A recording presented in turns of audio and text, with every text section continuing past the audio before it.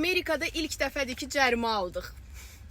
Özüm də inana bilmirəm. 3 ildir ki, cəriməsiz maşın sürürdük, amma Kaliforniyaya getdik və Los Angeles'da uşaq arxada oturmuşdu, amma Amerika qanunlarına görə uşaq 8 yaşa qədər xüsusi oturacaqda oturmalıdır. 8 yaşdan sonra arxada otursa belə mütləq kəməri bağlamalıdır. Bizim isə uşaq arxada oturmuşdu, kəməri bağlamamışdı. Polis düz yanımızdan keçdi və gördü təbii ki və saxladı bizi.